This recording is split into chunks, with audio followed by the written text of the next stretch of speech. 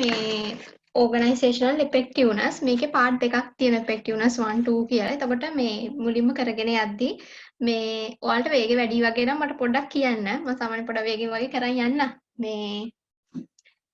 මේකේ මුලින්ම අපි අඳුන ගන්නවා මොකක්ද efficiency කියන්නේ මොකක්ද effectiveness කියන්නේ කියලා. ඊට පස්සේ අපි ඒ කියන්නේ පාඩමේදී වැඩියෙන්ම කතා කරන්නේ මේ effectiveness කියන එක. efficiency නෙමෙයි effectiveness කියන එක. ඊට කලින් මේ මොකක්ද efficiency කියන්නේ මොකක්ද effectiveness කියලා කියන්නේ කියලා අඳුර ගන්නවා. ඊට පස්සේ අපි effectiveness කියන්නේ මොකක්ද කියලා describe කරනවා.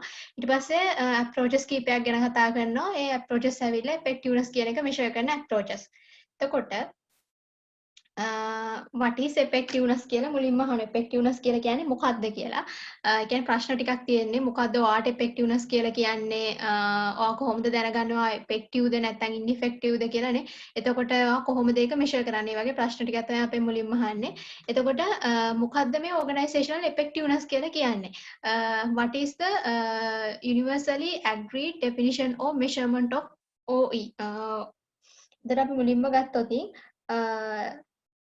efficiency කියන්නේ මොකක්ද effectiveness කියන්නේ මොකක්ද කියලා වෙනසක් තියෙනවා. දැන් efficiency කියන එක අපි අර ඉස්සෙල්ලත් කතා කරා හැමතිස්සෙම අපි කතා කරේ ටිකක් low cost එකක් ගැන වගේ efficiency කිව්වහම. ඒ කියන්නේ the economical manner in which goal oriented operation are carried out. ඒ කියන්නේ efficiency කියන එකේදී හැමතිස්සෙම කතා කරන්නේ process එකක් ගැන. අපි කොහොමද මේ දේ කරන්නේ? කොහොමද economical manner එකකින් ඒ කියන්නේ අර අපේ goal එක achieve කරගන්නේ. අන්න ඒ වගේ process එකක් ගැන. එතකොට input output ratio එකෙන් අපිට efficiency එක මනින්න පුළුවන්. අපිට තියෙන input නැත්නම් අපිට තියෙන හිඟ සම්පත් වලින් අපි කොච්චර output එකක් goal එකක් achieve කරනවද කියන එක. doing things right මේක නම් අර A level කාලෙත් අපිට කියලා දුන්න එක doing things right කියන එක. එතකොට effectiveness කියන එක ඇවිල්ලා doing the right things. හරි දේ කරන එක. the degree to which predetermined goals are achieved. අපි කොයිතරම් දුරකට අපි කලින් තීරණය කරපු goals ටික achieve කරනවද? ඒක තමයි effectiveness කියලා කියන්නේ. එතකොට efficiency කියන එක effectiveness කියන්නේ තව එකක්. එතකොට හැමතිස්සෙම efficiency කියන එකට වඩා broad term එකක් තමයි effectiveness කියලා කියන්නේ.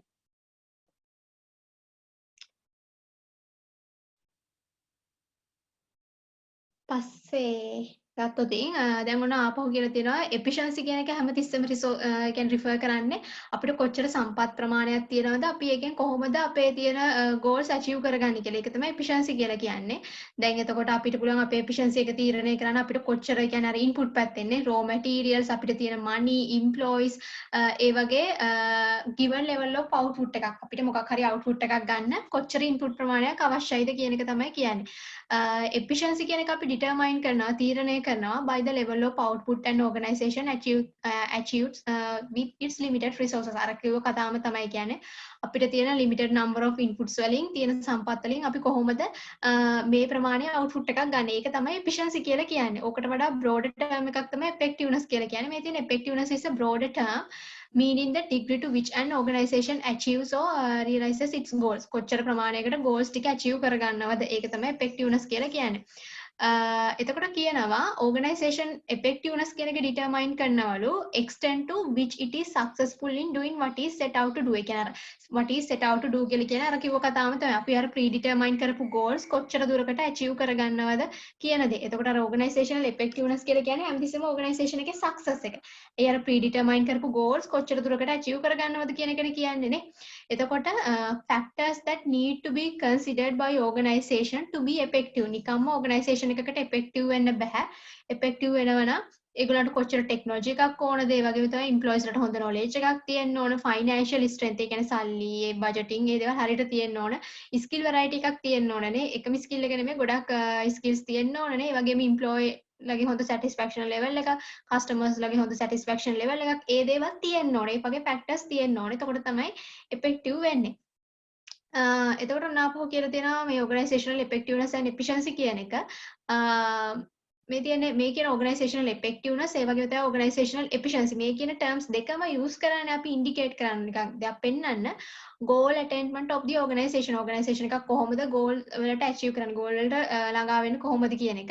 සාමාන්‍යයෙන් efficiency එක තියෙනවා නම් අපිට කියන්නේ efficiency එකෙන් අපි කරන්නේ මොකද්ද organizational efficiency එක ඇවිල්ලා effectiveness වලට යන මාර්ගයක් වගේ. හැබැයි හැමතිස්සෙම දැන් organization එකකට බෑ. දැන් organization එකක් efficient වුණා කියලා අපිට කියන්න බෑ ඒක effective කියලා. effective නා කියලා ඒක හොඳටම efficient කියලා කියන්නත් බෑ. මොකද දැන් අපි ගත්තොත් සමහර organisation තියෙනවා ඒක හරීම efficient ගතිය වැඩි අර කියන්නේ අර අඩු resources ප්‍රමාණයකින් වැඩි output එකක් නිපදවන්න පුළුවන්. හැබැයි අන්තිමට ගිහින් බැලුවට ඒ organisation එකේ ඒගොල්ලන්ගේ goal එක achieve කරලා නැහැ. එහෙනම් ඒක ineffective. අන්න ඒ වගේ. සමහර ලාවට සමහර organisation ගොඩක් effective. ඒ කියන්නේ ඒගොල්ලන්ගේ goal එක හරියට achieve කරලා තියෙනවා. හැබැයි inefficient. ඒ කියන්නේ අර තීරණය කරපු දැන් අපි හිතමු යුනිට් 50කින් නැත්නම් ඒ කියන්නේ ඉන්පුට්ස් යුනිට් තියෙනවා 50ක්. ඒකෙන් ඒගොල්ලන් අවුට්පුට් එකක් දෙන්න ඕන. හැබැයි දැන් ඒගොල්ලෝ ඒ කියන්නේ අර ඉෆෙක්ටිව් ඒ කියන්නේ සක්සස් වෙලා තියෙනවා. හැබැයි යුනිට් 50ක් නෙමෙයි ඉන්පුට් එක. ඊට වඩා වැඩි ඉන්පුට් ප්‍රමාණයක් පාවිච්චි කරලා තියෙනවා. එහෙනම් ඒගොල්ලන්ගේ එෆිෂන්ට් එකක් නැහැ ඉන්එෆිෂන්ට්. ඒක තමයි එතන කියන්නේ. සමහර කියන්නේ අර ඕගනයිසේෂන් එකකට සාමාන්‍යයෙන් ඒ එෆිෂන්ට් එකයි ඉෆෙක්ටිව් කියන එකයි දෙකම එහෙම එකපාරටම ළඟා කරගන්න බෑ. ඒක අමාරුයි. may for example an organization may have a very good input output ratio ඒ කියන්නේ අර production line එක ගත්තාම ඒගොල්ලන්ගේ input output ratio එක හොඳයිලු. ඒ කියන්නේ අර efficient ගතිය තියෙනවා.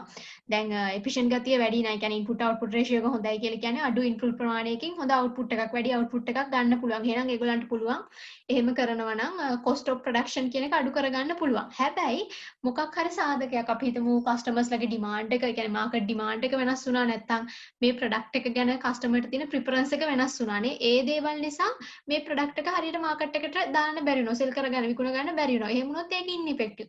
ඒක තමයි අර කිව්වේ සාමාන්‍යයෙන් ඕනම දෙයක්, ඒ කියන්නේ ඕනම product එකක් ගත්තොත් ඒක සමහරවිට effective වෙන්න පුළුවන්. හැබැයි ඒකේ අපි ගත්තොත් efficient ගතිය නැති වෙන්න පුළුවන්.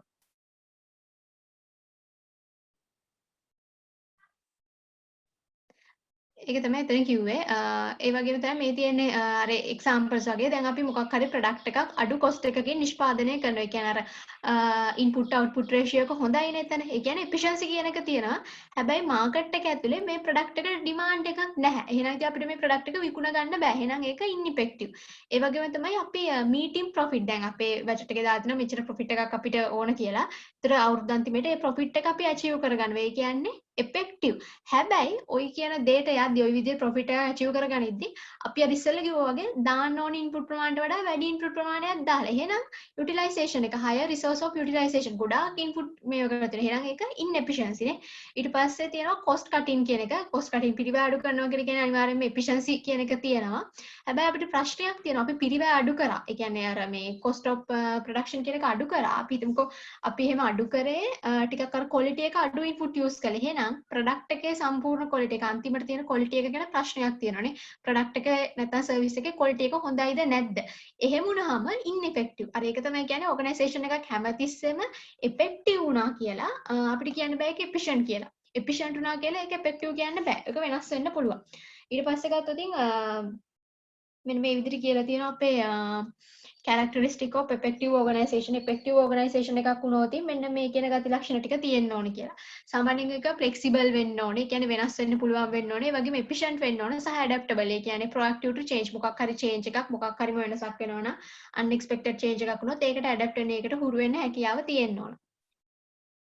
ඊට පස්සේ කියනවා දැන් අපි කොහොමද මේ කියන මේ effectiveness කියන එක efficiency කියන එක මනින්නේ කියලානේ. දැන් අපි දන්නවා efficiency කියන එක නම් අපිට ලේසි. efficiency කියලා කියන්නේ මොකක්ද? input output ratio එකනේ. මේ input එකෙන් කොච්චර output එකක් ගන්න පුළුවන්ද? ඒ වගේ අපිට ඒක හරිම ලේසියෙන් මනින්න පුළුවන්. ඒ කියන්නේ single criteria එක method එකක් use කරලා මනින්න පුළුවන්. හැබැයි මේ effectiveness කියන එක තියෙනවනේ. ඒකේ හැම single criteria එකක් use කරලා මනින්න බෑ. මොකද effectiveness කියන එක multi dimensional. එකේ ගොඩක් දේවල් තියෙනවා වගේනේ. මොකද අපි organisation එකක් ගත්තොත් අනිවාර්යයෙන්ම nature එකෙන්ම එක complexity. අපි අර ඉස්සෙල්ලත් කිව්වා complex කියන්නේ අර දැන් එක business එකක් ගත්තොත් ඒගොල්ලන්ගේ ගොඩාක් various business units තියෙනවා. JKH ගත්තාම John Keells Holdings ගත්තාම මේ ඒගොල්ලන්ගේ අපි කිව්වා business units කියන 7ක් විතර තියෙනවා. ඒතකොට ඒක හරියම complex. අපිට හිතා ගන්න බෑ කොහොමද මේකේ effectiveness එක මනින්නේ නේ. එතකොට එක criteria එකක් use කරලා එක මනින්න බෑ. ඒක තමයි තියෙන්නේ organizational measuring effectiveness is a difficult process එක අමාරුයි. මොකද organizations ගොඩක් large ඒ වගේම තමයි diverse ඒ වගේම තමයි මෙතන කියන fragmented කියලා. ඒ කියන්නේ අර කිව්වා වගේ divide into separate section කියන කතාවම තමයි කියන්නේ. සමහර වෙලාවට organization perform many activities simultaneously. ඒ වගේම තමයි goals වල multiple goals තියෙනවානේ. outcomes උත් ඇවිල්ලා ගොඩක් outcomes දෙන එක outcome එකක් නෙමෙයි. කියන්නේ දැන් ඒගොල්ලන්ගේ intended outcome එකක් තියෙනවා. ඒ කියන්නේ ඒගොල්ලෝ කලින් ඉඳන් plan කරලා ගන්න outcome එකක් තියෙනවා. සමහර outcomes තියෙනවා unintended. ඒ කියන්නේ අර plan එකට පිටින් එන outcome වගේ. එහෙම එක එක outcome තියෙනවා. එතකොට ওই වගේ හේතු නිසා එහෙම අර single criteria එකක් use කරලා effectiveness කියන එක measure කරන්න බෑ. ඊට පස්සේ කියලා තියෙනවා why diverse approaches. දැන් අපි මේ පාඩමේදී approaches ගොඩක් ගැන කතා කරනවා. ඒතර මේ approaches එක එක කියන්නේ diverse approaches අපිට use කරන්න හේතුව තමයි ඒ කියන්නේ සමහර කට්ටිය සමහර organizations හිතනවා අපි ඒ කියන්නේ what are the indicators to measure. ඒ කියන්නේ මෙතන තියෙනවා some managers find it hard to quantify the criteria which are hard to measure. කියන්නේ මෙහෙමයි. දැන් සමහර managers කියනවා අපිට organization effectiveness කියන එක මනින්න පුළුවන් hard indicators වලින්. සමහරු කියනවා soft indicators වලින්. hard indicators කියලා කියන්නේ අපිට ඒ වගේ ඉන්ඩිකේටර් එකක් යූස් කරලා ඒ කියන්නේ මෙෂර් කරන්න පුළුවන් quantity එක quantitatively මෙෂර් කරන්න පුළුවන්. soft indicator එකක් කිව්වහම ඒකෙදි අපිට ඒ කියන්නේ අර quantity එක මෙෂර් කරන්න බෑ. quantitatively මෙෂර් කරන්න බෑ. හැබැයි අපිට ටිකක් අර quality එක වගේ මෙෂර් කරන්න පුළුවන්. දැන් hard indicator එකක් ගත්තාම example එකක් විදිහට ඔක්කොම accounting ratio අපි ගත්ත employee turnover ratio මොකක් හරි production පැත්තෙන් තියෙන ratio එකක් leverage ඔය ඕනම ratio එකක් ගත්තාම ඒවා hard indicators. ඒ කියන්නේ අපිට අර quantity එක මනින්න පුළුවන්. soft indicator එකක් ගත්තාම quantity එක මනින්න බෑ. indicators that cannot always be measured quantitatively. දැන් ඒ වගේ soft indicator එකක් use කරාම quantity එක මනින්න බෑ. හැබැයි quality එක වගේ අපි ගත්තොත් අපිට customer satisfaction එක මනින්න ඕන. නැත්නම් employee turnover එක employee satisfaction customer satisfaction නැත්නම් employee satisfaction. ඒ වගේ දෙයක් අපි කොහොමද මනින්නේ? ratio එකකින් මනින්න අමාරුයි. එතකොට අපිට ඔය කියන soft indicator එකක් use කරන්න පුළුවන්. එතකොට අපිට මේ වගේ එක එක approaches ඕන වෙන්නේ ඒකයි. ඒ කියන්නේ managers කියනවා සමහර දේවල් අපිට මනින්න පුළුවන් hard indicators වලින් සමහර ඒවා මනින්න පුළුවන් soft indicators වලින්. ඉතින් එතකොට ඔක්කොටම එකම indicators ඒ දේවල් use කරන්න බැහැනේ. අපිට එතකොට එක එක approaches use කරන්න වෙන්නේ අන්න ඒක නිසා. දැන් question එකක් දීලා තියෙනවා list some of the hard indicators and soft indicators. ඊට පස්සේ කියලා තියෙනවා මෙන්න approaches ටික. මේවා තමයි organizational effectiveness approaches 9ක් තියෙනවා. ඊට පස්සේ දිගටම පාඩමේ මේ part එකයි ඊළඟ part එකයි දිගටම කතා කරන්න ඔය කියන approaches 9 තමයි. අර කලින් කිව්ව ඒවා කාටවත් ප්‍රශ්න නෑනේ. නිකම්ම effectiveness කියන්නේ මොකක්ද? efficiency කියන්නේ මොකක්ද? ඒ ටික කතා කරේ. ඒවා ප්‍රශ්න නෑනේ මුකුත් කරගෙන යන්නම් මං. එතකොට මෙතන තියෙනවා diverse approaches.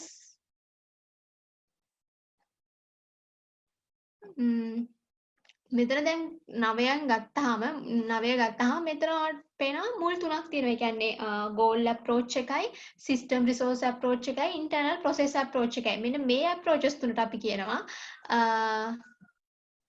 traditional effectiveness approaches කියලා. මෙහෙමයි දැන් goal approach එක දැන් අපි දන්නවනේ දැන් organisation එකක traditional organisation එකක් ගත්තාම අපි දන්නවා හැමතිස්සෙමනේ අර අපි ඉස්සර දාම අඳලා කොටු තුනක් ඇදලා පෙන්නනවා input එක තියෙනවා. input එක මොකක් හරි process එකකට ඇවිල්ලා ඒකෙන් output එකක් හැදෙනවා. ඉතින් මෙන්න මේ කොටු තුන තමයි මේ කියන මුල්ම approaches තුනෙන් නියෝජනය කරන්නේ. goal approach කියන්නේ අපේ outcome එක, system resource approach කියන්නේ හැමතිස්සෙම input පැත්ත. internal process approach එක කියන්නේ මේ මැද තියෙන කහ පාට කොටුව. ඒ කියන්නේ කොයි වගේ process එකක්ද තියෙන්නේ කියලා. එතකොට ඉතුරු approaches කතා කරන්නේ පස්සේ අපි දැන් මුලින්ම මේ තුනට ගියොත් ඔන්න දැන් පළවෙනිම approach එක. හරිද?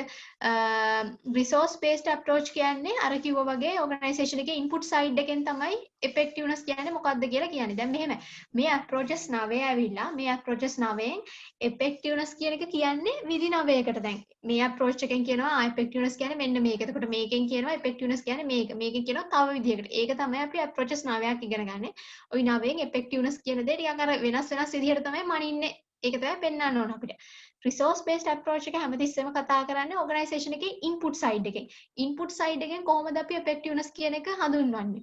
ඊට පස්සේ අපි goal approach එක ගත්තොත් එතනදි කියන්නේ output එක නැත්නම් අපේ product and service output. ඒකෙන් අපි කොහොමද effectiveness කියන එක හඳුන්වන්නේ. ඊට පස්සේ process එක ගත්තාම internal activities නැත්නම් processes. ඒ දේවල් වලින් අපි කොහොමද කියන්නේ organisation එකේ තියෙන effectiveness එක මේ වගේ කියලා. ඒ වගේ අර විදි 9න් කියන්නේ effectiveness කියන එක නිකන් නව විදිහකට හඳුන්වනවා වගේ තමයි. අපි එතකොට පළවෙනිම approach එකට ගියොත් පළවෙනිම approach එක වෙන්නේ goal approach එක. ඒ කියන්නේ මෙන්න මේක product and service output එක පැත්තෙන් තමයි කතා කරන්නේ. හරිද? එතකොට එතනදී approach එක ඇවිල්ලා කතා කරන්නේ output side එකට. output side එකේදී කතා කරාම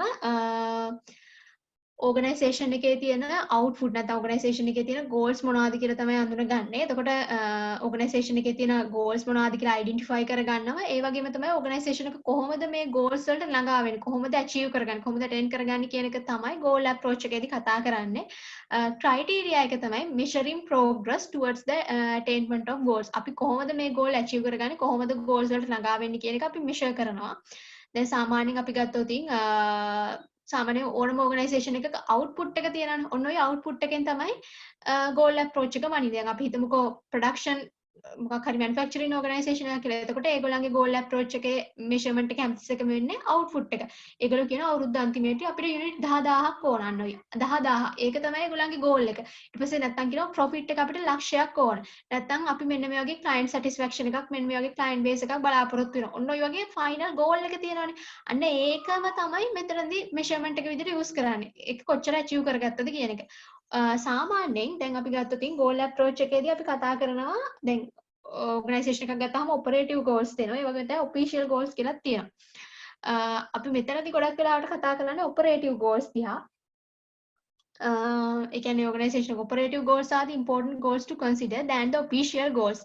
දැන් මෙතන ඒ කියන්නේ දැන් ඕගනයිසේෂන් එකක් ගත්තාම ඔපරේටිව් ගෝල්ස් කියලා තියෙනවා, ඔෆිෂියල් ගෝල්ස් කියලා තියෙනවා. දැන් අපි මේ ගෝල් අප්‍රෝච් එකේදී කතා කරන්නේ ඔපරේටිව් ගෝල්ස් ගැන. මොකද මේ ඔෆිෂියල් ගෝල්ස් කියන එක abstract ඒ වගේම තමයි because the latter tend to be abstract and difficult to measure. අපිට ඒක මනින්න අමාරුයි. දැන් අපි ඔපරේටිව් ගෝල් එකක් ගත්තාම ඒකේ ස්පෙસિෆික් ගෝල් එකක් ඩිපාර්ට්මන්ට් එකකට ඒ වගේ වෙනපුලා ටිකක් අර ඒකේ ස්පෙસિෆයි වෙලා තියෙන්නේ. ඒ වගේම තමයි ෂෝට් ටර්ම් ගෝල් එකක්. දැන් අපි මේ ඔෆිෂියල් ගෝල් ගත්තාම ඔෆිෂියල් ගෝල් කියන්නේ නිකන් ඕගනයිසේෂන් එකේ තියෙන මේන් ගෝල් එක. ඒක ගොඩාක් බ්‍රෝඩ්. ඉතින් ඒකට අපිට හරි අමාරුයි අඳුර ගන්න.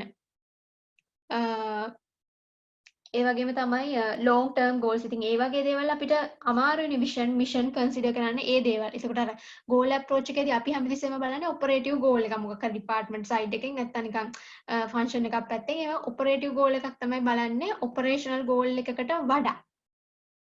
මේ තියෙන measures in goal approach. අපි goal approach එකේදී එක එක organizations මේ වගේ එක එක measures සමහරු කියන්න පුළුවන් profitability එකෙන් තමයි අපි මනින්නේ. අපි බලනවා growth එක අපේ organization එකේ කොච්චර growth එකක් ගිය අවුරුද්දට සාපේක්ෂව. ඊට පස්සේ market share එක අඩුද වැඩි වෙලාද කියන එක. කොච්චර social responsibility එකක් තියෙනවද employee welfare, product quality and services. ඔය වගේ ගොඩක් දේවල් තියෙනවා measurements. ඒ කිව්වේ goal approach එක. ඊට පස්සේ problems encountered in goal approach. දැන් goal approach එකේදී තියෙන ප්‍රශ්න තමයි අපිට හිතා ගන්න බෑ goal approach එක. දැන් අපි ඉස්සෙල්ලා අපි focus කරන්නේ operative goal එක දිහා, official goal එක දිහා නෙමෙයි කියලා. හැබැයි goal approach එකේදී තියෙන problems ප්‍රශ්න තමයි අපිට හිතා ගන්න බෑ අපි focus කරන්නේ මොන goal එකටද හරියටම. official goal එකටද එහෙම නැත්නම් long term ද short term දනේ අපි කො long term goal එකක් කියලා කියන්නේ official goal එකට. short term කියලා කියන්නේ සාමාන්‍යයෙන් operative goal එකට. එතකොට එහෙම අපිට හිතා ගන්න බෑ අපි focus කරන්නේ ඔෆිෂියල් ගෝල් එකටද ඔපරේටිව්ද මේක ලොන්ග් ටර්ම්ද ෂෝට් ටර්ම්ද අන්න එහෙම හරි ප්‍රශ්නයක්. ඒ වගේම තමයි කාගේ ගෝල් එකටද අපි ફોකස් කරන්නේ. මොකද අපි දන්නවා ඕගනයිසේෂන් එකක් ගන්න තනිය කියන්නේ එන්ටිටි එකක් විදිහට හැඳින්නුවට එක එක අයට එක එක ගෝල්ස් තියෙනවානේ. টপ මැනේජ්මන්ට් එකට එක ගෝල් එකක්, ජෙනරල් පබ්ලික් වලට තව ගෝල් එකක්, ගවර්න්මන්ට් එක ගත්තොත් ඒගොල්ලන්ට තව ගෝල් එකක්. ඒ වගේ ඇත්තටම අපි ફોකස් කරන්නේ මොන ගෝල් එකටද කියන එක. ඒ වගේම තමයි ඔය කියන ගෝල් එක ඩිෆයින් කරන එක, ඒක මැනේජ් කරන එක, ඒක මෙෂර් කරන එක හරි අමාරුයි. ඉතින් ඒ දේවල් නිසා ගෝල් අප්‍රෝච් එකේ ඔන්න ඔය වගේ ප්‍රශ්න ඔය වගේ දේවල් ටිකක් තමයි තියෙන්නේ. එතකොට ඊළඟ අප්‍රෝච් එක තමයි system resource approach. System resource approach එකේදී මතක තියාගන්න අපි කතා කරන්නේ ඉන්පුට් සයිඩ් එකෙන්. ඉන්පුට් සයිඩ් එකෙන් අපි කොහොමද අපේ effectiveness එක ගැන කතා කරන්නේ. ඒක තමයි ඔතනදී අනිවාර්යෙන් කියන්නේ. එතකොට මේ කියන්නේ හඳුන්වලා දුන්නු එක්කෙනා. එතකොට මේ තියෙන්නේ system resource approach එක this pays attention to the input side. organization එකේ input side එක තියා තමයි බලන්නේ. එතකොට effectiveness කියන එක explain කරනවා. it explains the effectiveness from the point of view of the කියන්නේ මෙහෙමයි දැන් organization එකේ process එකේ තියෙන input side එක කොහොමද අපි resources ගන්න කියන එක තමයි කතා කරන්නේ. එතකොට ඒගොල්ලෝ බලනවා ඒ කියන්නේ අර දැන් system resource approach එකේදී කියනවා organization එකක් effective වෙනවා. effectiveness කියන එක වැඩි ඒ organization එකට පුළුවන් නම් ඒගොල්ලන්ගේ අර outside තියෙන නැත්නම් environment එක තියෙනවනේ. ඒ environment එකෙන් එයාලට පුළුවන් වෙන්න ඕනේ ඒගොල්ලන්ට අවශ්‍ය කරන necessary resources ඕන කරන resources ටික හරියට obtain කරගන්න. ඒ ability එක තියෙන්න ඕන. අන්න එහෙනම් අපි කියනවා එහෙනම් ඒ organization එක හොඳ effective organization එකක්. අන්න ඒ වගේ දෙයක් තමයි system resource approach එකේදී කියන්නේ. organization එකට පුළුවන් නම් එයාලා එයාලට අවශ්‍ය කරන ඒ කියන්නේ necessary resources ටික environment එකේ නැත්නම් organisation outside එකෙන් හරියට ගන්න obtain කරගන්න. එහෙනම් ඒගොල්ලෝ effective කියලා කියනවා. අපි කියනවා organisation එකේ තියෙන bargaining position එක කේවල් කිරීමේ තියෙන හැකියාව තියෙනනේ. අන්න ඒකත් එක්ක තමයි මේ කියන විදිහේ system resource approach එක කතා කරන්නේ.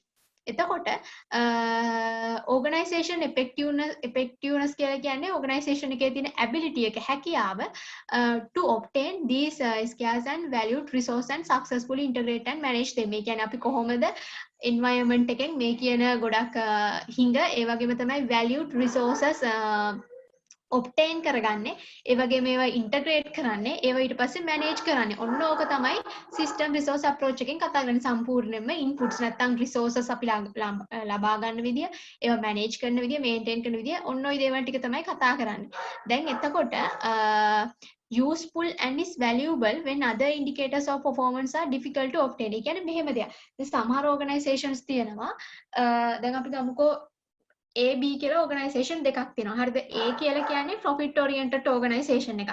B කියලා කියන්නේ non profit. ඒ කියන්නේ social welfare organisation එකක්. අපි ගමුකෝ නිකන් A කියන්නේ සාමාන්‍යයෙන් ලොකු organisation එකක්. ඒගොල්ලෝ profit එකක් බලාපොරොත්තු වෙනවා.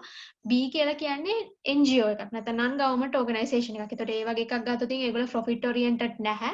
social welfare එක ගැන තමයි කතා කරන්නේ. දැන් අපි ওই A කියන company එක ගත්තොත් ඒගොල්ලන්ට පුළුවන් goal approach එක use කරන්න. මොකද ඒගොල්ලෝ profitability එකක් බලාපොරොත්තු වෙනවා. මොන හරි product එකක් නැත්නම් සර්විස් එකක් නිර්මාණය කරන එහෙනම් ගෝල් එකක් තියෙනවා ඒ ගෝල් එකෙන් මෙෂර් කරන්න පුළුවන් දැන් අපි B ගත්තොත් B ට ඔය කියන ගෝල් අප්‍රෝච් එක යූස් කරන්න බැරි වෙන්න පුළුවන් මොකද B කියන්නේ අපි කව ප්‍රොෆිට් එකක් බලාපොරොත්තු වෙන්නේ නැහැ ප්‍රොඩක්ෂන් එකකුත් නැහැ නේ එහෙම වුණාම ඒගොල්ලන්ට පුළුවන් සිස්ටම් රිසෝස් අප්‍රෝච් එක යූස් කරන්න බෑ සිස්ටම් රිසෝස් අප්‍රෝච් එකේදී අපි බලන්නේ ඉන්පුට් සයිඩ් එකනේ දැන් අපි ගත්තොත් NGO එකක් ගත්තාම ඒගොල්ලන්ගේ ඉන්පුට් වෙන්නේ මොනවද ෆන්ඩ්ස් ඒගොල්ලෝ කොහොමද ඔය කියන අරමුදල් නැත්නම් ෆන්ඩ්ස් එකතු කරගන්නේ අන්න ඒකෙන් ඒගොල්ලන්ගේ ඉෆෙක්ටිව්නස් එක මනින්න පුළුවන් එතකොට සාමාන්‍යයෙන් සිස්ටම් රිසෝස් අප්‍රෝච් එක කියන්නේ අන්න ඒකයි.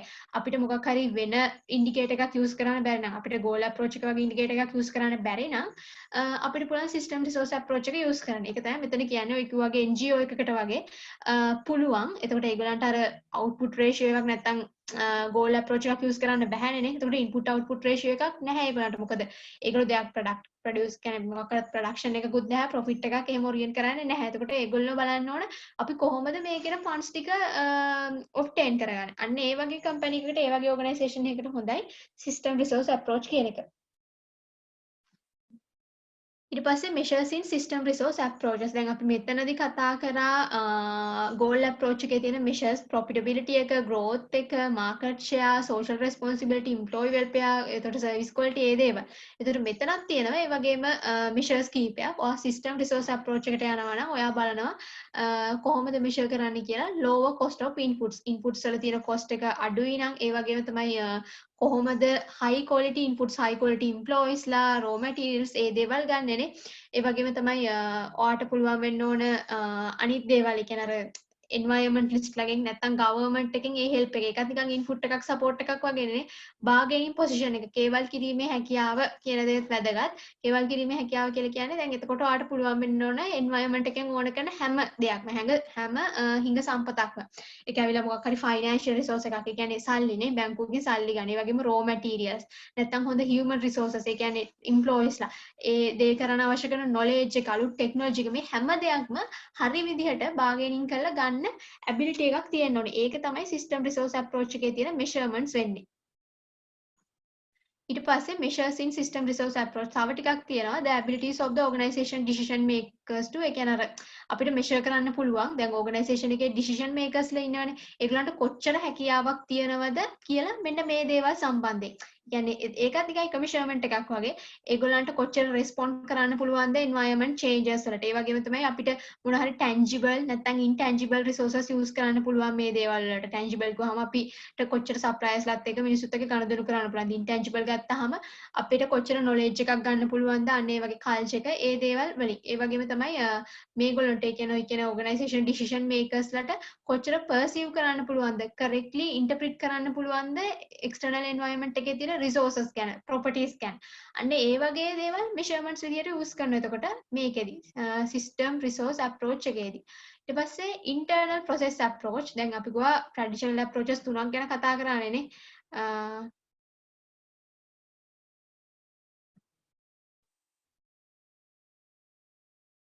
23 මේ තියෙන ට්‍රැඩිෂනල් අප්‍රෝචස් දැන් අපි කතා කරා ගෝල් අප්‍රෝච් එක හරි. ඊට පස්සේ රිසෝස් බේස්ඩ් අප්‍රෝච් එක මෙන්න මේක තමයි තුන. ඒ කියන්නේ ඉන්ටර්නල් ප්‍රොසෙස් අප්‍රෝච් එක. මෙතනදී කතා කරන්නේ ඕගනයිසේෂනල් ප්‍රොසෙස් එක ගැන දැන්. ප්‍රොසෙස් එක ගැන හිතුවාම අපිට හිතන්න පුළුවන් මේ pay attention to the transformation process. ඒ කියන්නේ ඉන්පුට් ටික අවුට්පුට් බවට කන්වර්ට් කරන ට්‍රාන්ස්ෆෝමේෂන් ප්‍රොසෙස් එක ගැන තමයි කතා කරන්නේ. දැන් හිතුවාම ප්‍රොසෙස් එක කිව්ව ගමන් අපිට හිතෙන්න පුළුවන් මෙතනදී කියන්නේ ප්‍රොසෙස් එක ගැන. ඒ කියන්නේ කොච්චර පොලිසිස් තියද ප්‍රොසීඩියර්ස් තියද මොන වගේ ටෙක්නොලොජි එකක්ද එහෙම කියලා තමයි අපිට හිතෙන්නේ. හැබැයි සාමාන්‍යයෙන් මෙතනදී කියන්නේ process එක කියලා මෙතනදී ගොඩක් වෙලාවට කතා කරලා තියෙන්නේ මේ ඒ කියන්නේ ටිකක් අර ඒක ඇවිල්ලා human relation පැත්තෙන් වගේ තමයි කතා කරලා තියෙන්නේ.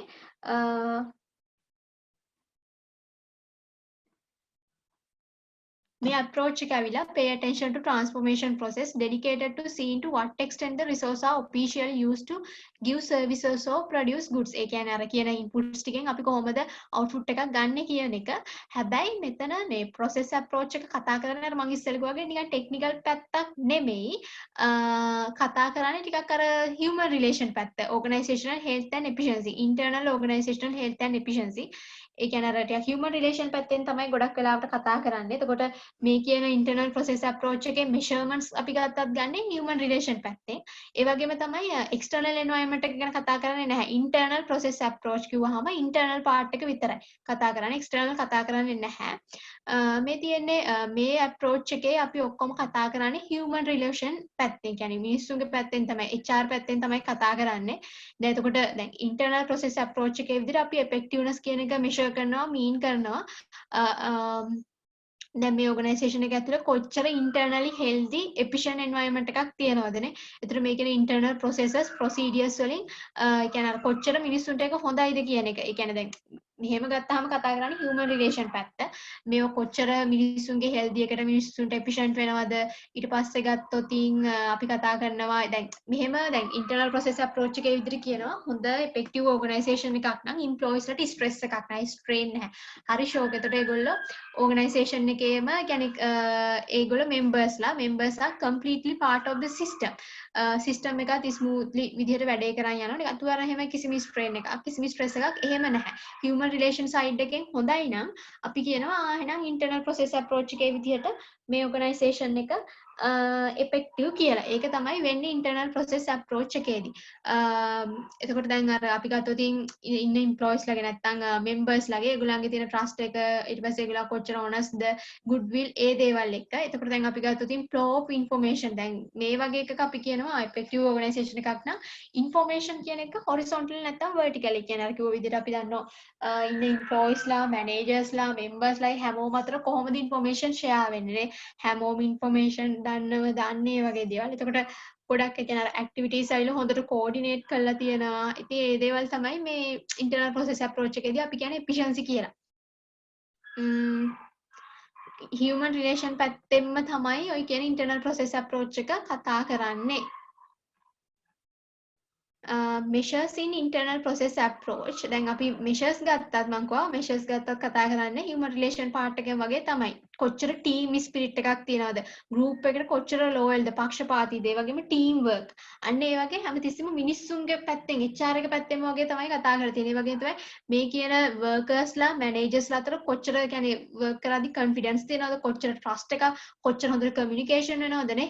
organisation එකයි ඒකේ parts අතර තියෙන interaction ඒ වගේ දේවල්ම තමයි growth and development of employee ඒ ටිකම තමයි තියෙන්නේ. operational efficiency ඒ කියන්නේ අර employees ලගේ measurements වගේ තමයි තියෙන්නේ. HR පැත්තෙන් තමයි ඔක්කොම කියලා තියෙන්නේ strong adaptive corporate culture and positive work climate. දැන් අපි කියනවානේ කියන්නේ අර organisation එක ඇතුලේ තියෙන internal processes වලින් කොච්චර හොඳට employees ලගේ health එක තහවුරු කරන්න පුළුවන්ද? එහෙම ගත්තාම ඉතින් හොඳ strong ඒ වගේම තමයි adaptive corporate culture එකක් තියෙන්න ඕන. හොඳ work climate එකක්, හොඳ work environment එකක් තියෙන්න ඕන ඒකත් එක්ක. ඒ දේවල් වලින් අපිට measure කරන්න පුළුවන් internal process approach එකේ විදිහට. මොකද මේකේ approaches 9 තියෙන measurements වෙනස්. එක එක විදිහට තමයි ඒගොල්ලෝ effectiveness කියන එක හඳුන්වලා දෙන්නේ. එතකොට ඒක තමයි මුල් තුන.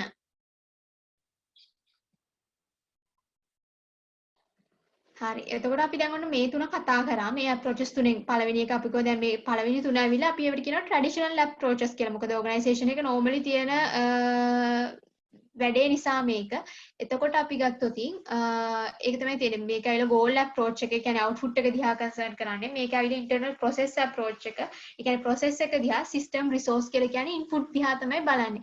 ඒ එක එක side දිහා තමයි මේක එක approaches වලින් බලන්නේ. එහෙම එක එක side දිහා බලලා ඒගොල්ලෝ කියනවා මේක මේ වගේ effectiveness එකක් අර ඒ වගේ effectiveness කියන දේ ඒගොල්ලෝ අර හඳුන්වන විදිය වෙනස් එක එක approaches වලදී. එතකොට මේ approaches තුන කතා කරලා ඉවරයි. මේ approaches තුනේ මොකක් හරි ප්‍රශ්නයක් තියද? behavioral approach එක ගත්තාම behavioral approach එකේදී කියන්නේ මෙන්න මෙහෙම දෙයක්. දැන් අපි දන්නවනේ organisation එකක් ගත්තාම ඒකේ කියන්නේ අර individuals නැත්නම් employees ලා ඉන්නවා. ඒ වගේම තමයි organisation එක තියෙනවා. එතකොට ඒ තියෙන organisation එකේ තියෙන behavior එක තමයි behavioral approach එකෙන් බලන්නේ. ඒ කියන්නේ කොච්චර දුරට මේ organisation එකේ ඉන්න individuals ලාගේ goals ඒ වගේම තමයි organizational goals integrate කරනවද කියන එකක්. ඒකාබද්ධ කරනවද නැත්නම් අපි දන්නවා දැන් organisation එකේ goal එක එකක්. එතකොට ඉන්ඩිවිජුවල්ස් ලා නැත්තම් ඉන්න එම්ප්ලොයිස් ලා එහෙම ගත්තාම ඒගොල්ලන්ට තියෙන ගෝල් එක එකක්. එතකොට දැන් දෙගොල්ලෝ යන්නේ පැති දෙකකට වගේ. එහෙම හරියන්නේ නැහැ නේ. ඒ නිසා since individuals achieve the organizational goals it is necessary that the goals of the two be properly integrated. දෙගොල්ලන්ගේම ගෝල් එක ටිකක් එකක් වගේ කරන්න ඕනේ. එකම පැත්තකට දෙගොල්ලොන්ගම යොමු කරන්න ඕනේ. ඒක තමයි behavioral approach එකේදී කියන්නේ. එතකොට දැන් organizational කියන්නේ behavioral approach එකේ විදිහට කියනවා දැන් ඔන්න organizational goal එකයි individuals වගේ goal එකයි integrate වෙනවා නම් හරියටම integrated වෙනවා නම් අන්න එතනදී effectiveness කියන එක high. ඒක තමයි කියන්නේ behavioral approach එකේදී. එතකොට කියනවා දැන් ඉන්න employees ලා නැත්නම් අපි දන්නවා individuals ලාත් ඒගොල්ලන්ගේ best ඒගොල්ලන්ගේ හොඳම contribution එක organizational goal එක පැත්තටම දෙනවා නම් අන්න එතනදී අපි කියනවා organization එකට objectives achieve කරගන්න පුළුවන්. එහෙනම් effectiveness කියන එක ගොඩක්ම හොඳට තියෙනවා. ඒක තමයි behavioral approach එකේදී කියන්නේ organizational goal එකයි individual goal එකයි කොච්චර දුරට integrate වෙනවද? ඒක තමයි behavioral approach එකේදී කතා කරන්නේ. මේක ඇවිල්ලා ideal situation එකක්. මේක හොඳ situation එකක්. හැබැයි ගොඩාක් rare situation එකක්. ඒ කියන්නේ අර දැන් අපි දන්න ඕනම ඕගනයිසේෂන් එක ගොඩක් ප්‍රශ්න තියෙනවානේ. ඕගනයිසේෂන් එකට ඕන එක ගෝල් එකක් achieve කරගන්න ඉන්ඩිවිජුවල්ස් වලට අපි කියන එම්ප්ලොයිස් වලට වෙන්න පුළුවන් මැනේජර්ස් වලට වෙන්න පුළුවන් එහෙම ඒ පාර්ටිස් වලට ඕන වෙන වෙන ගෝල්ස් achieve කරගන්න. ඒ නිසා දැන් මේ දෙන්නගෙම ගෝල්ස් ඉන්ටග්‍රේට් කරනවා කියන්නේ එකම ගෝල් එකක් බවට වගේ පත් කරනවා කියන්නේ හරිම රෙයා කලාතුරකින් වගේ දකින්න පුළුවන් දෙයක්. හැබැයි එහෙම කරන්න පුළුවන් නම් ඒක ගොඩක් හොඳයි. මොකද ideal situation එකක් හොඳම situation එකක් ඒක එහෙනම්. ඒතර behavioral approach එකේදී කියන්නේ ඒක. අපිට කොච්චර දුරකට ඉන්ඩිවිජුවල් ගෝල්ස් ඒ වගේම තමයි ඕගනයිසේෂනල් ගෝල්ස් ඉන්ටග්‍රේට් කරන්න පුළුවන්ද? එතකොට එහෙම හොඳටම පර්ෆෙක්ට්ලි ඉන්ටග්‍රේට් කරන්න පුළුවන් නම් එතන හොඳ effectiveness එකක් high degree of effectiveness කියන එක අපිට දකින්න පුළුවන්. එතකොට දැන් ඔන්න කියනවා low degree of organizational effectiveness. දැන් low degree කියන්නේ මොකද්ද? organizational goal එකයි individual goal එකයි දෙකක්. දෙන්න අතර ලොකු distance එකක් ලොකු gap එකක් තියෙනවා. ඕක තමයි කියන්නේ low degree of OE කියලා. දැන් organizational level effectiveness කියන එක එහෙනම් ගොඩාක් low. මොකද මේ කියන goals දෙක අතර තියෙනවා ලොකු distance එකක්. When there is a low degree of concurrence between employees and organizational goal, the organizational will not be progressive. කියන්නේ ලොකු gap එකක් තියෙනවා organizational goal එකයි individual goal එකයි අතර. එහෙනම් තියෙනවා organizational effectiveness කියන එක හරිම අඩුයි. ගොඩාක් අඩුයි කියන එක තියෙනවා. ඒතර organization එක මොකද්ද කරන්න ඕන? කොහොම හරි මේ කියන objective එකට යන්න නම් මේ කියන goals දෙක organizational goal එකයි individual goal එකයි integrate කරන්න ඕන. දැන් අපි දන්නවා B කියන එකයි C කියන එකයි අතර ලොකු gap එකක් තියෙනවානේ. එහෙම ලොකු gap එකක් තියෙනවා නම් goals දෙක අතර ඒ කියන්නේ organization එකේ effectiveness කියන එක හරිම අඩුයි. ඒක තමයි එතන පෙන්නලා තියෙන්නේ. ඊට පස්සේ දැන් මෙන්න මෙතන ගත්තොත් higher degree of OE ඒ කියන්නේ organizational effectiveness කියන එක high ලු.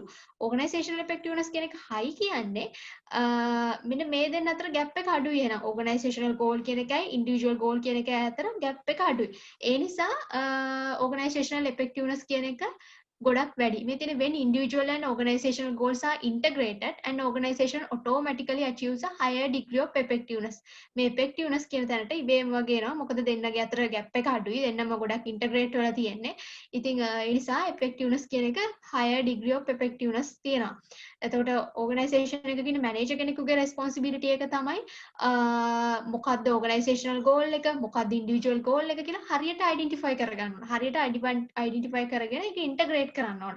එතකොට පුළුවන් හරියටම organizational effectiveness කියන එකට එන්න.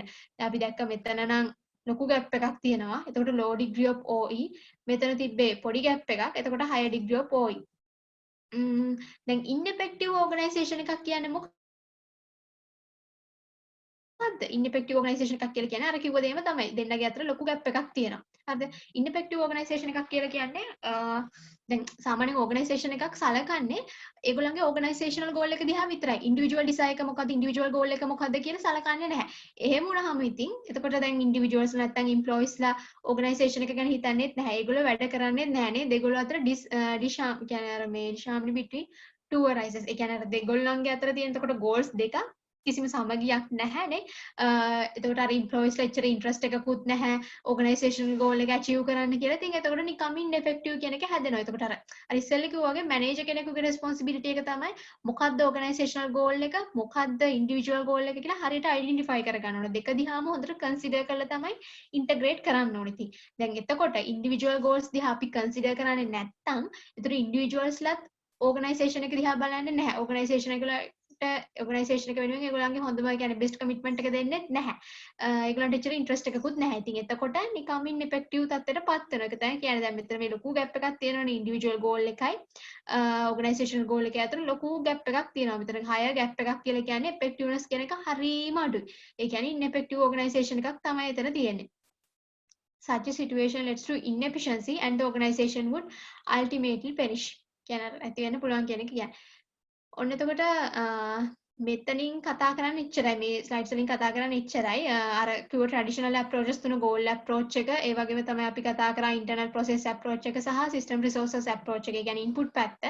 ඒ වගේම තමයි බිහේවියරල් අප්‍රෝච් එක. බිහේවියරල් අප්‍රෝච් එක කතා කරොත් අර කිව්වා වගේ කොච්චර ඉන්ඩිවිජුවල් ගෝල්ස් ඕගනයිසේෂනල් ගෝල්ස් ඉන්ටග්‍රේට් කරනවද?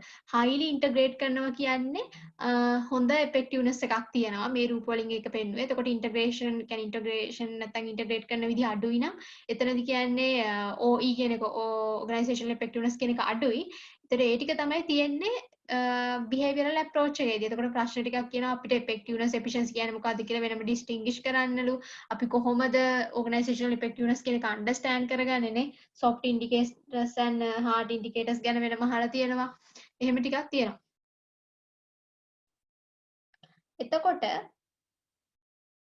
ඔන්න ඇක්ටිවිටි එකක් දීලා තියෙනවා. මේ ඇක්ටිවිටි එකේදී කියන්නේ select one of the approaches of organizational effectiveness that would be more suitable for the following organization and write down the effectiveness criteria for those organization. ඒ කියන්නේ මෙතනදී අපිට කියන්නේ මේ organizations වලට අපි කියන්න ඕනේ එක approach එක. දැන් අපි approaches 4ක් ඉගෙන ගත්තනේ. මේ approaches 4ෙන් හොඳටම match වෙන approach එක අපි කියන්න ඕනේ. මේ approach එකත් එක්කම මේකේ effectiveness කියන එක measure කරන්න පුළුවන් criteria එකකුත් අපි දෙන්න ඕනේ. example එකක් විදිහට අපි ගත්තොත් බැංකුවක්. හරිද? බැංකුවක් ගත්තොත් අපි කියනවා බැංකුවට ගැලපෙන approach එක තමයි goal approach එක. එතකොට measurement එකක් විදිහට අපි දෙන්න ඕන මොකක් හරි goal එකක්. ඒගොල්ලන්ගේ effectiveness measure කරන්න පුළුවන් මොකක් හරිම goal එකක් අපි කියන්න පුළුවන් අපි කියනවා how much number of accounts how much number of loans ඒ කියන්නේ දවසක් ඇතුළතදී මෙච්චර loans ප්‍රමාණයක් දෙන්න ඕන දවසක් ඇතුළතදී මෙච්චර අලුත් bank accounts ප්‍රමාණයක් open කරන්න ඕන අන්න ඒ වගේ දෙයක් දැන් university එකක් ගත්තොත් අපිට කියන්න පුළුවන් resource approach එක නැත්නම් අර input පැත්තෙන් වගේනේ ඉන්පුට් පැත්තෙන් ගත්තොත් අපි කියනවා යුනිවර්සිටි එකක් නම් මෙච්චර qualified lecturers ලා ප්‍රමාණයක් අපිට ඉන්න ඕන. මෙච්චර IT facilities තියෙන්න ඕන. ඒ කියන්නේ input side එකෙන් කරන measurements. එහෙම මේ හැම දෙයකටම කියන්න පුළුවන්. ස්කූල් එකක් කියන්න පුළුවන්. ස්කූල් එකකට කියන්න පුළුවන් අපිට ස්කූල් එක කරා resource approach එක. කියන්නේ කොච්චර inputs තියෙනවද කියන එකනේ. අන්න ඒ වගේ media organization එකක් ගත්තොත් වෙන එකක්. ඒ වගේ එක ඒවට දැන් IT firm එකක් නැත්නම් software manufacturers ගත්තත් අපිට කියන්න පුළුවන් එක approaches ඉතින් කියන්න පුළුවන් goal approach එක වෙන්න පුළුවන්. එහෙම ඒ වගේ ටිකක් තමයි තියෙන්නේ එතකොට. හරි එතකොට දැන් අපි approaches 4ක් කතා කරා. තව approaches 5ක් තියෙනවා. මේ ඉතින් learning outcomes ටික අර කලින් කිව්වේවම තමයි. organizational effectiveness කියන්නේ මොකක්ද? එක diverse approaches. හරි. එතකොට අපි වෙන මේ මුල් හතර කතා කරා. ඊට පස්සේ යන් ඊළඟ තියෙන පහට natural system approach එක තමයි ඊට පස්සේ කතා කරන්න තියෙන්නේ. natural system approach එකේදී කියන්නේ මෙහෙම දෙයක්. හරිද? natural system approach එකේදී කියන්නේ දැන් organizations වල එක goals තියෙනවානේ profit එක මෙච්චර ඕන මෙච්චර market share එකක් ඕන ඒ වගේ එක තියෙනවා goals නැත්නම් එක එක දේවල් තියෙනවා. හැබැයි natural system approach එකේදී කියන්නේ organisation එකක් සමහර වෙලාවට මේ කියන goals achieve කරගන්නවට වඩා ඒගොල්ලන්ගේ සොයයි වෙන විදිහ නැත්නම් ඒගොල්ලන්ගේ රඳා පැවැත්ම ගැන සමහර වෙලාවට හිතනවා කියලා තමයි කියන්නේ. Organizations සොයයි even after achieving their goal. Organisation එකක් සමහර වෙලාවට ඒගොල්ලන්ගේ goals පැත්තක තියනවලු goals neglect කරනවලු. මොකද ඒගොල්ලන්ට ඉන්න ඕන නිසා නැත්තම් මේකේ රඳා පවතින්න ඕන නිසා සමහර වෙලාවට ඒගොල්ලන්ගේ goal එක පැත්තකට දානවලු. හරිද? එතකොට කියනවා there are participants who have more interest on organizational soil than other matters. සමහර අය ඉන්නවලු ඒගොල්ලන්ට ඕන ඒ කියන්නේ අර organisation එකේ goal එක achieve කරගන්නවට වඩා කොහොම හරි industry එක ඇතුලේ ඉන්න විතරයි. එතකොට measures දැන් example එකකින් වගේ කිව්වහම මේක තේරෙවි හොඳට. measures විදිහට දීලා තියෙනවා adaptation, self maintenance and survival කියන එක. එතකොට මෙතන measures in natural system approach. එතන measures කීපයක් දීලා තියෙනවා. participants ලගේ satisfaction එක, ඒ වගේම moral කියන එක දීලා තියෙනවා.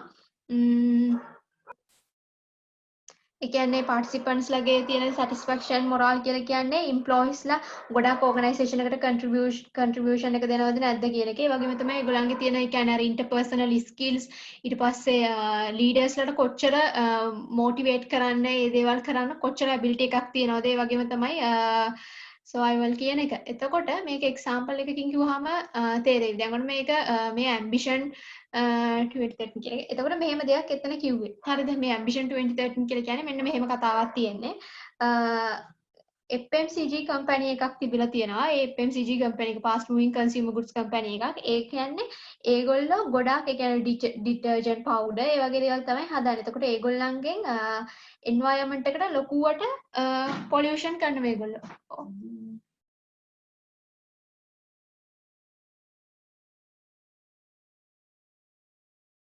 හරි. එතකොට ambition 2013 කියන එකේදී කියන්නේ ඒක ඇවිල්ලා fast moving consumer goods company එකක්. එතකොට ඒගොල්ලන්ගෙන් ඒ කියන්නේ environment එකට ලොකුවට pollution කියන එක කියන්නේ අර පරිසරය ගොඩාක් හානි වුණාලු ඒගොල්ලෝ නිසා. එතකොට දැන් ඒ organisation එක තේරුම් ගත්තා දැන් දිගට මේ විදිහට වැඩ කරගෙන යන්න බෑ. ඒ නිසා ඒක දැන් ඒගොල්ලන්ගේ goal එකක් තියෙනවනේ මොකක් හරි profit එකක්. නැත්නම් market share එක මෙච්චර ඕනේ එහෙම කියලා. දැන් ඒගොල්ලෝ මොකද්ද කරේ? ඔය කියන profit එක නැත්නම් ඔය කියන goal එක පොඩ්ඩක් පැත්තකින් තිබ්බා. goal එක පොඩ්ඩක් පැත්තකින් තියලා ඒගොල්ලන්ට ඕන නම් කොහොම හරි නිකන් සොයයි වෙන්න විතරක්. එතකොට ඒගොල්ලෝ මොකද්ද කරේ? ඒගොල්ලෝ කිව්වා කස්ටමර්ස්ලව දැනුවත් කරා අපේ ප්‍රොඩක්ට්ස් වැඩිය ගන්න එපා. ඒ වගේ එහෙම නිකන් එයාලා නිකන් අර කස්ටමර්ස්ලව දැනුවත් කරා. නැතු ඒගොල්ලන්ගේ අර ප්‍රොෆිට් එක නැත්නම් ඒ ගෝල් එක දිහා වැඩිය බැලුවේ නැහැ. ඒගොල්ලෝ හිතුවේ කොහොමද අපි ඉන්ඩස්ට්‍රි එකේ ඉන්නේ කොහොමද කියන එක විතරයි. ඒ කියන්නේ පොසිටිව් ඉමේජ් එකක් කස්ටමර්ස්ලට ක්‍රියේට් කරපු එක තමයි කරේ. එතකොට කම්පැනි එක ප්‍රොෆිට් එකෙන් පැත්තකට ගියා. ප්‍රොෆිට් එක ගැන හිතුවේ නැහැ. සර්වයිව් වෙන්නේ කොහොමද කියන එක විතරයි හිතුවේ. ඒක තමයි natural system approach එකේදී කියන්නේ. සමහර වෙලාවට organizations වලට ඒ කියන්නේ ඒගොල්ලන්ගේ තියෙන goal එක පැත්තකින් තියලා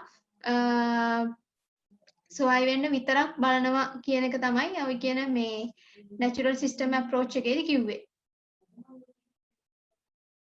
හරි ඊට පස්සේ ඒක තමයි natural system approach එක. ඊට පස්සේ තියෙනවා social justice approach එක. social justice approach එකේදී කියන්නේ organisation එකක් සාමාන්‍යයෙන් concern කරන්න ඕනේ දැන් සමහර participants ලා ඉන්නවනේ මොකක් හරි මේ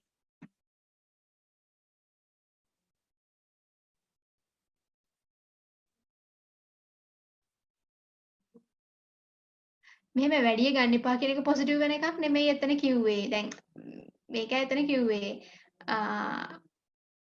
වැඩිය ගන්න එපා කියන එක පොසිටිව් කියන්නේ මෙහෙමයි මම කිව්වේ. දැන් ඒගොල්ලෝ දැන් natural system approach එකේදී කියන්නේ organizations ඇවිල්ලා ඒ approach එකේදී කියනවා සමහර organizations වලට ඕන survive වෙන්න විතරයි කියන්නේ අර ඒගොල්ලෝ goal එක සමහර වෙලාවට neglect කරනවලු.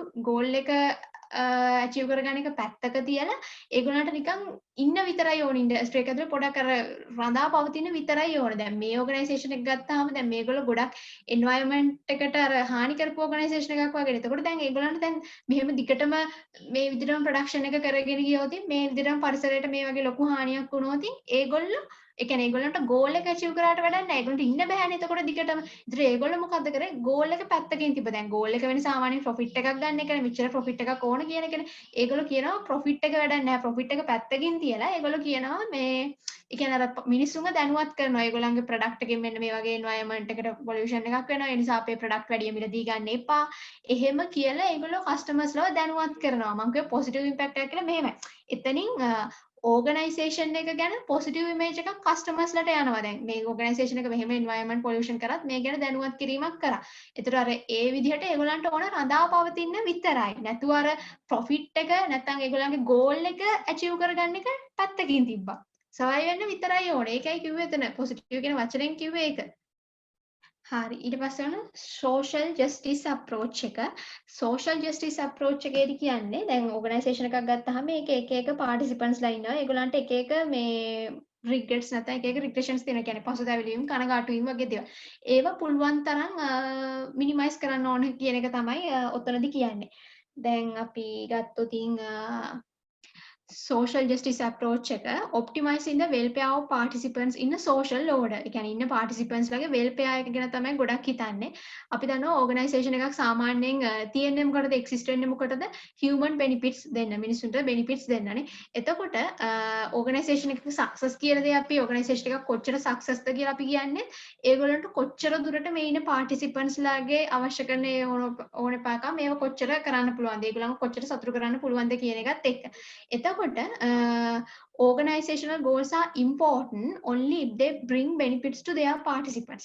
Organizational goal කියන එක important වෙන්නේ ඒගොල්ලන්ට අර participants වලට කොච්චර benefits දෙන්න පුළුවන්ද කොච්චර හොඳට ඒගොල්ලන්ව satisfy කරන්න පුළුවන්ද කියන එක. එතකොට දැන් social justice approach එකේ විදිහට organizational effectiveness කියලා කියන්නේ මොකද්ද?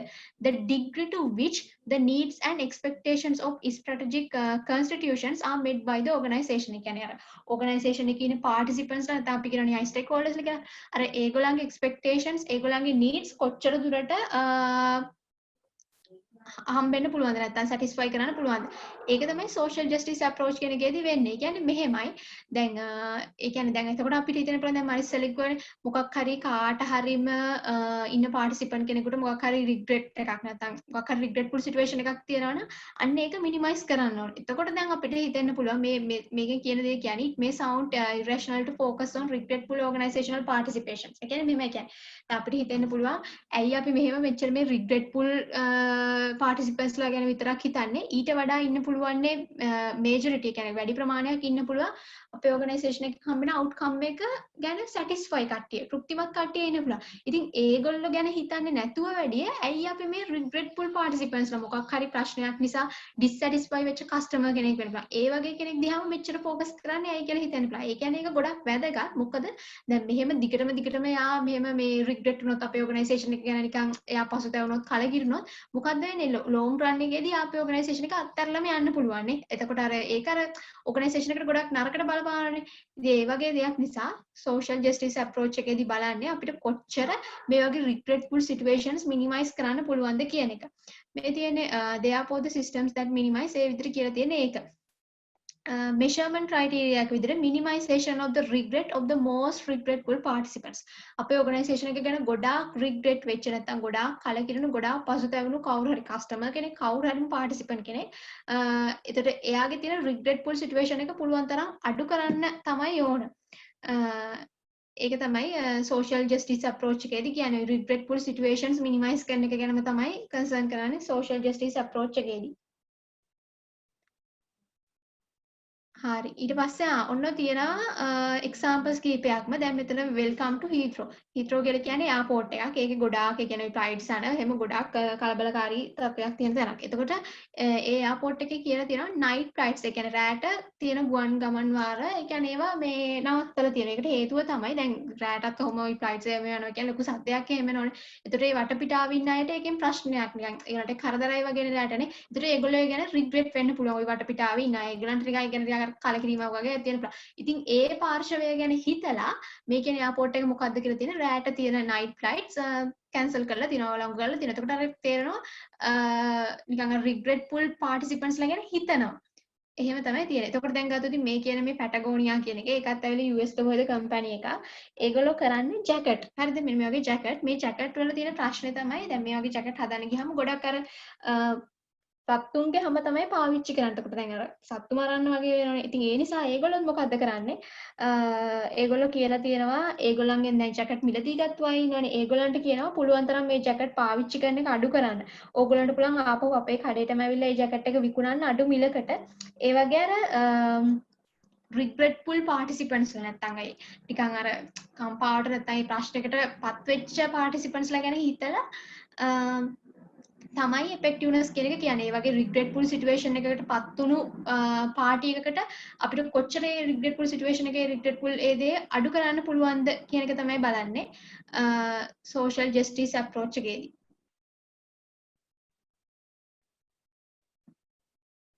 හරි.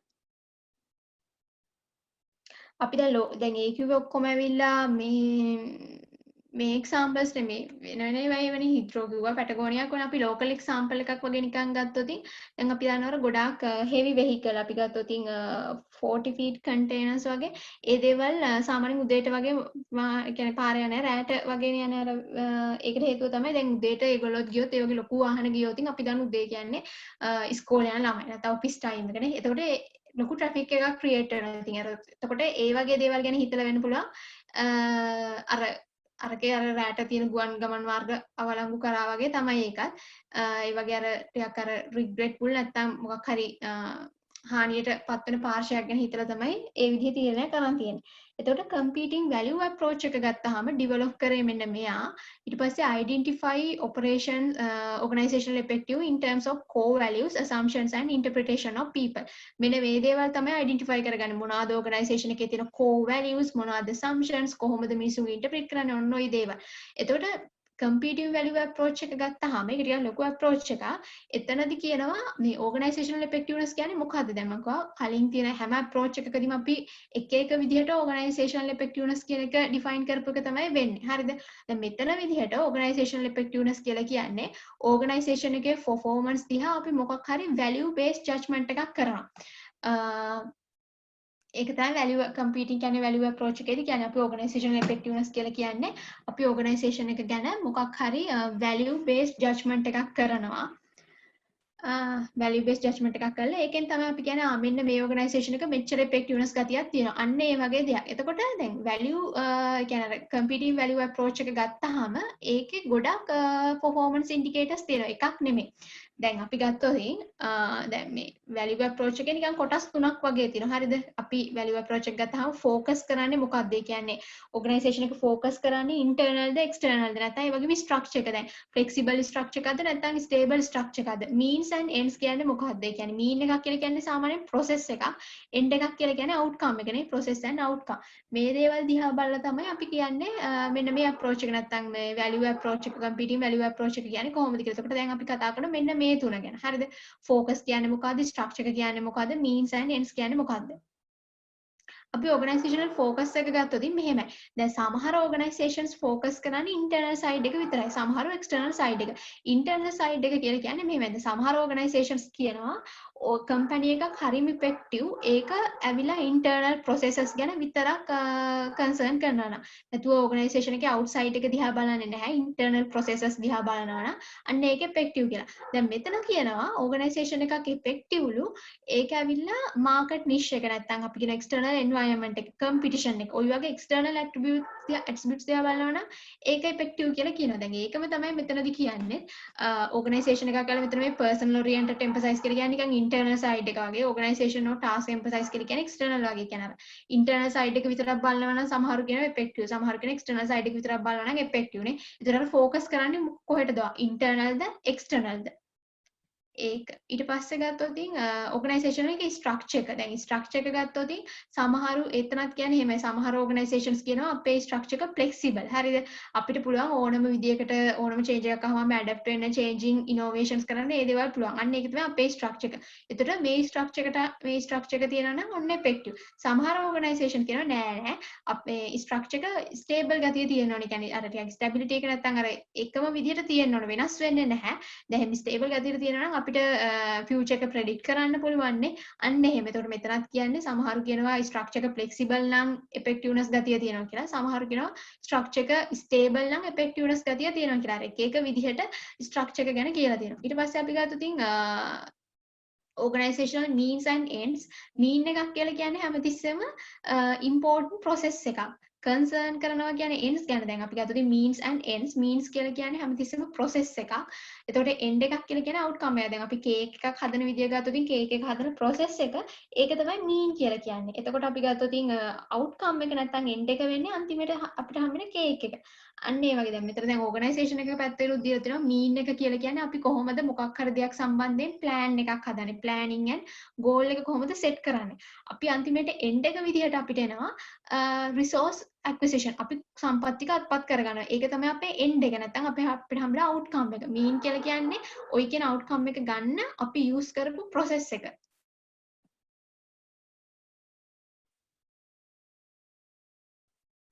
හරි එතකොට දැන් අපි කතා කරේ ඒකනේ ඒ කියන්නේ මේ competing value approach එකනේ competing value approach එක යටතේ අපිට නිකන් තව කියන්නේ මොඩල්ස් හතරක් කතා කරනවා මේ කියන්නේ competing value approach එක යටතේ දැන් අපි කියවනේ competing value approach එකේදී තුනක් තියෙනවා කියලානේ තුන ඇවිල්ලා අපි කිව්වා focus කරන්නේ අපි internal ද external ද structure එක අපේ flexible ද stable structure එක. ඒ වගේම means and ends means කියන්නේ process එක end එක කියලා කියන්නේ අපේ outcome එක. ওই ටිකනේ තියෙන්නේ.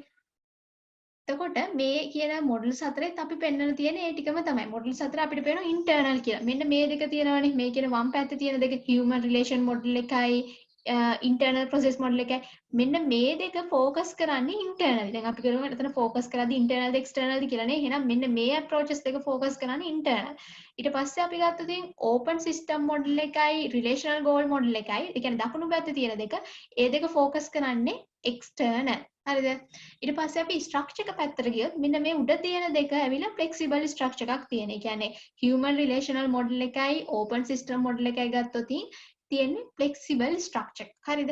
හැබැයි මෙතන මේ තියෙන internal process model එකයි rational goal model එකයි ගත්තොත් ඒකේ තියෙන control structure නැත්නම් අපි කියනට stable structure එකක් තමයි තියෙන්නේ. ඒතර මේ කොටුව ඇතුලේ තියෙන්නේ මොනවාද ඒගොල්ලන්ගේ තියෙන means මොනවාද තියෙන ends. දැන් අපි ගත්තොත් human relation model එකක් ගත්තොත් ඒගොල්ලෝ පාවිච්චි කරන mean එක නැත්නම් process එක වෙන්නේ human relation පැත්තෙන්. කොහොමද employees ලගේ morale එක වැඩි කරන්නේ cohesion අන්න ඒ දේවල්. end එක විදිහට එතකොට ඒගොල්ලන්ට හම්බෙන්නේ human relation පැත්තේ end එකක්. ඒ කියන්නේ human resources develop වෙනෝනේ. employees ලගේ contribution එක හොඳ contribution එකක් වෙනවා. ඊට පස්සේ open system model එක ගත්තොත් ඒගොල්ලන්ගේ means ඒගොල්ලන්ගේ process එක වෙන්නේ ඒගොල්ලෝ ඕනම දෙයකට හරියම flexible. ඕනම change එකක් වුණොත් ඕනම වෙනසකට හරියම අපි ගත්තොත් මේ හරිම ෆ්ලෙක්සිබල් ඒ වගේම හරිම රෙඩි ගතියක් තියෙන ඕනම චේන්ජ් එකකට හරිම රෙඩි. ඉතින් එතකොට ඒ වගේ process එකක ඒ වගේ මොඩල් එකක end එක වෙන්නේ ඒගොල්ලන්ට පුළුවන් ඕනම චේන්ජ් එකක් යටතේ resources acquire කරගන්න growth එක අන්න ඒ දේවල්.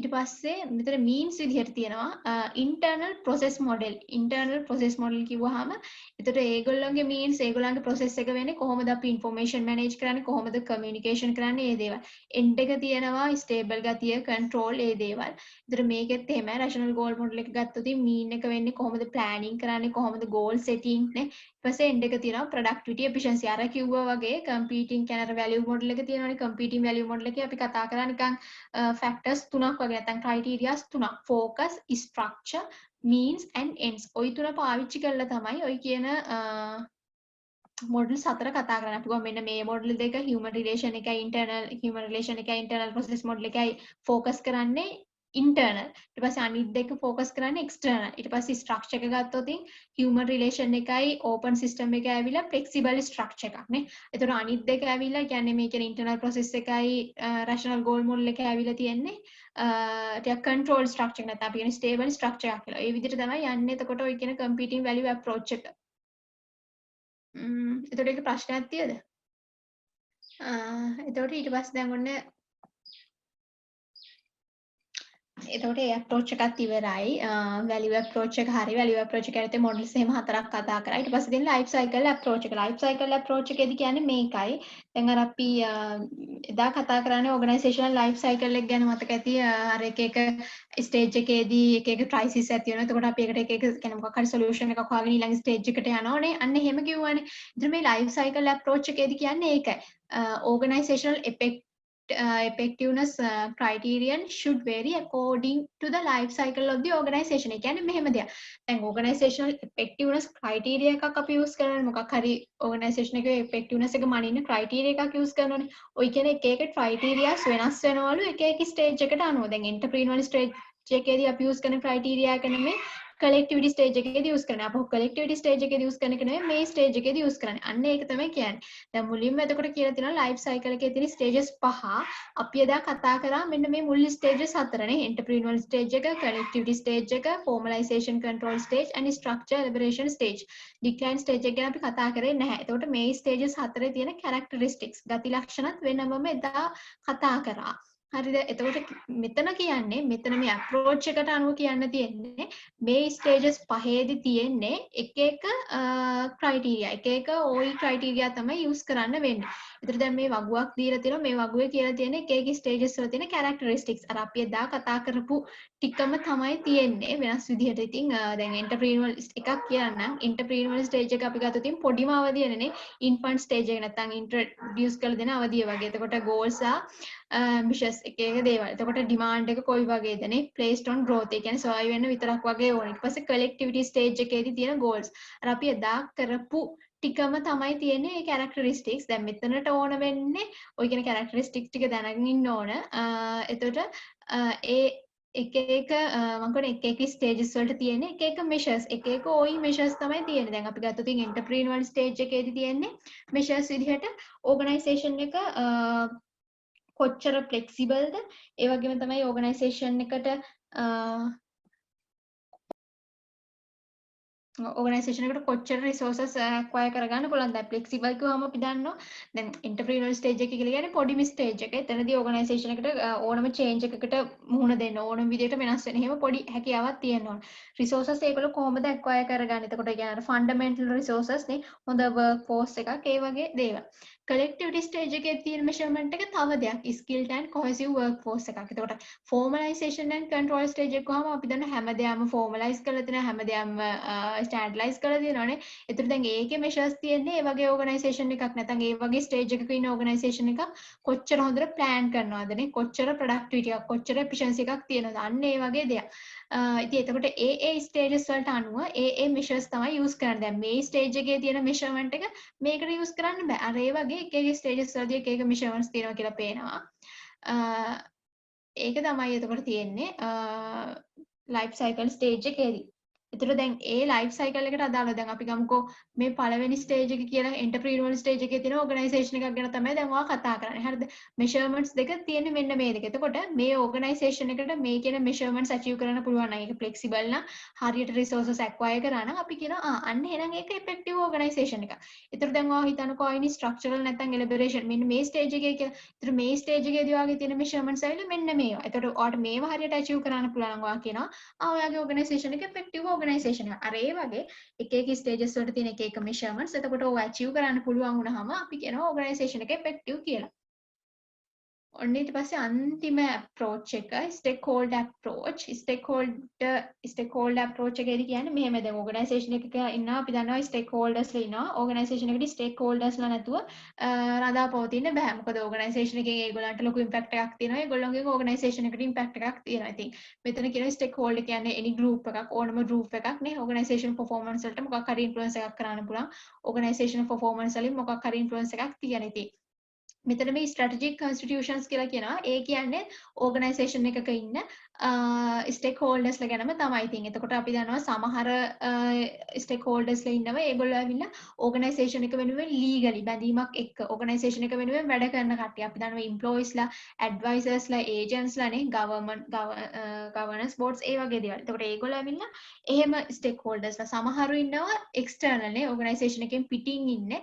හැබැයි ඒගොල්ලන්ට පුළුවන් organisation එකට මොකක් හරි ඉම්පැක්ට් එකක් එෆෙක්ට් කරන්න. ඒ වගේම තමයි ඒ කියන්නේ ඕගනයිසේෂන් එක කරන එක එක දේවල් වලින් ඒගොල්ලන්ට බලපෑමක් තියෙන. ඉතින් අර ඒ කියන්නේ අර ඔක්කොම ස්ටේක් හෝල්ඩර්ස් ලා ගැන තමයි කතා කරන්නේ. ඉතින් කොහොම හරි ස්ට්‍රැටජික් කන්ස්ටිටියුෂන්ස් ඒ කියන්නේ ඔය කියන ස්ටේක් හෝල්ඩර්ස් ලා ඉන්වෝල්ව් වෙනවා ඕගනයිසේෂන් එකත් එක්ක. ඕගනයිසේෂන් එකත් එක්ක ඕනම විදියකට කනෙක්ට් වෙන කෙනෙක්. ඉතින් මේ දිගටම කියලා තියෙන්නේ කවුද මේ ස්ටේක් හෝල්ඩර්ස් ලා කියලා කියන්නේ නේ. ඕගනයිසේෂන් එක ඇතුළේ ඉන්න කෙනෙක් වෙන්න පුළුවන්, පිට ඉන්න කෙනෙක් වෙන්න පුළුවන්. ඕගනයිසේෂන් එකට බලපෑම් කරන ඕගනයිසේෂන් එකෙන් බලපෑමක් තියෙන ඕනම පාර්ශවයක්. එතකොට මේ තියෙන stakeholders ලා අපි ඉගෙන ගන්න කට්ටියම තමයි employees ලා, investors ලා, political groups, customer, communities, trade association, suppliers, government ඒ අර කියන stakeholders ලා ටිකම තමයි තියෙන්නේ. අපි ඉස්සර ඉගෙන ගන්න ටිකම තමයි.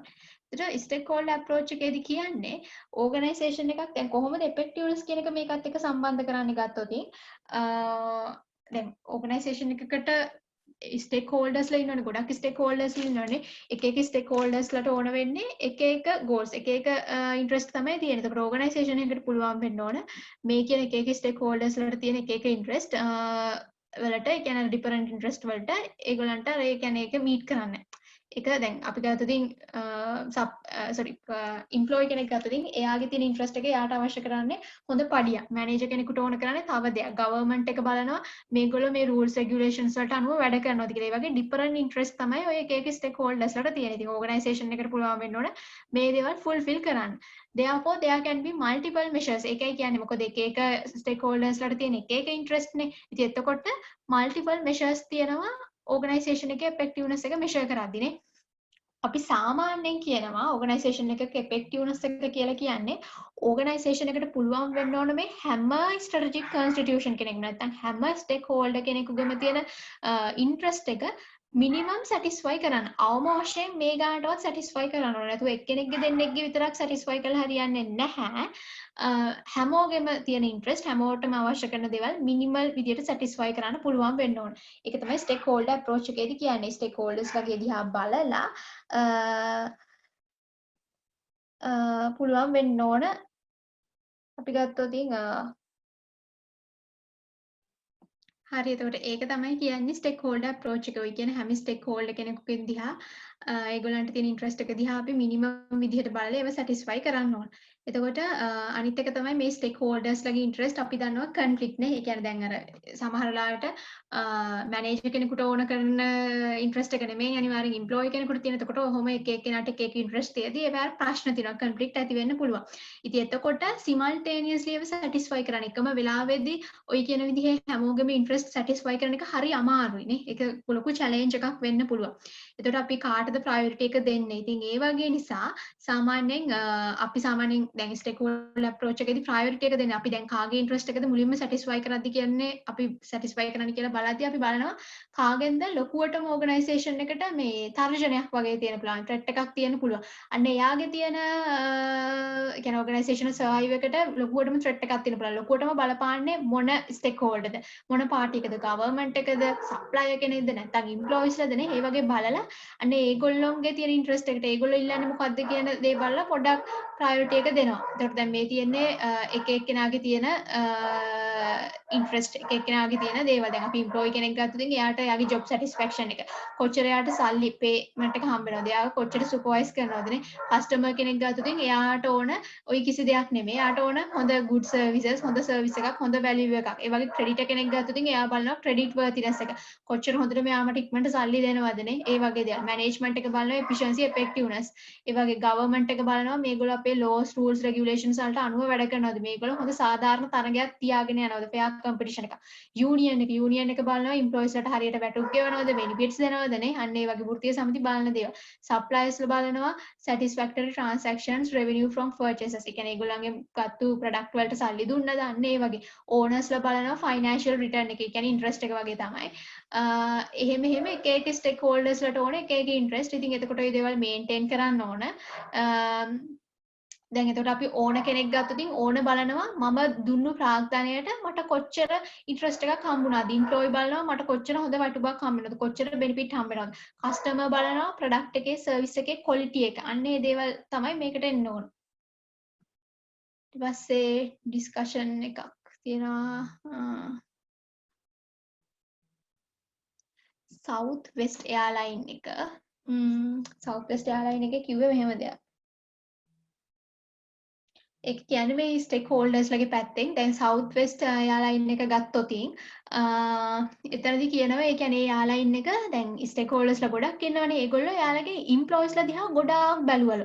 දැන් ඒගොල්ලන්ගේ organisation එකේ තියෙන shares වෙන්න පුළුවන් ඒවත් දුන්නලු මේ කට්ටියට ඒ කියන්නේ employees ලාට එහෙම දීලා employees ලගේ පැත්තෙන් ගොඩාක් හිතුවලු මොකද දැන් මෙතනත් කියලා තියෙනවා clients do not come first employees come first ඒ කියන්නේ අර employees ලට ඒගොල්ලෝ කොහොමද shareholder කෙනෙක් විතර යාලි employees ලත් එක්ක ගනුදෙනු කරේ කොහොමද employees ලට තැන දුන්නේ කොහොමද ඒක තමයි මෙතන දිගටම කියලා තියෙන්නේ එතකොට එච්චරයි තියෙන්නේ මෙතන activity එකක් ඉතින් ඊළඟට තියෙන activities එතකොට හරියක් ප්‍රොජෙක්ට්ස් 9යි තියෙන්නේ ප්‍රොජෙක්ට්ස් 9 කතා කරා